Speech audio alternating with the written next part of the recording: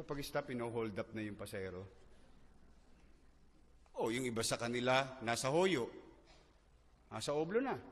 Yung iba kasama ni San Pedro. Sana. But I did not. So my point is, totoong mahirap tayo. Totoo. Wala ang question.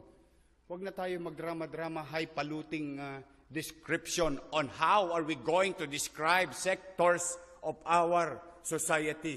ISF, squatter yan. Huwag nyo na pagandahin. Sabi, ano raw yan? Politically incorrect. No! Diyan tayo nagkakamali sa paggugobyerno, sa pagkukubli, sa pagsusugar coating. Because of those things in our minds. So that it will be morally accepted. Yun, mali rin ang pag-approach. Bakit? May denial agad eh. May pagkukubli agad eh. And I think your professor, which I agree, graduate kayo eh, no?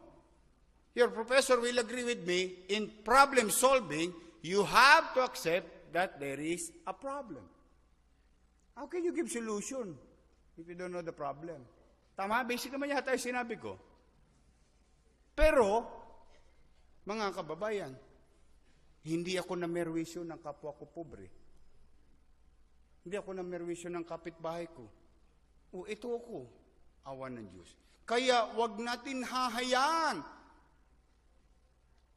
na pasukin at lasunin ang ating kaisipan on how we understand society or demography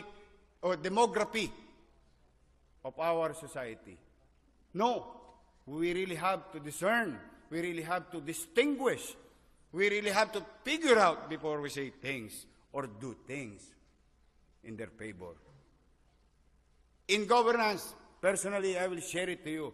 I can never be right all the time. And I will. And I can't be right all the time. But, tao lang eh. Kayo nga, nagkamali kayo, niloko kayo na syota nyo eh. Di ba, nagkamali rin kayo? Puro heartache. But still, you're just a human being. You can never be right. More so with government. But, having said that, don't get me wrong. I will be just all the time.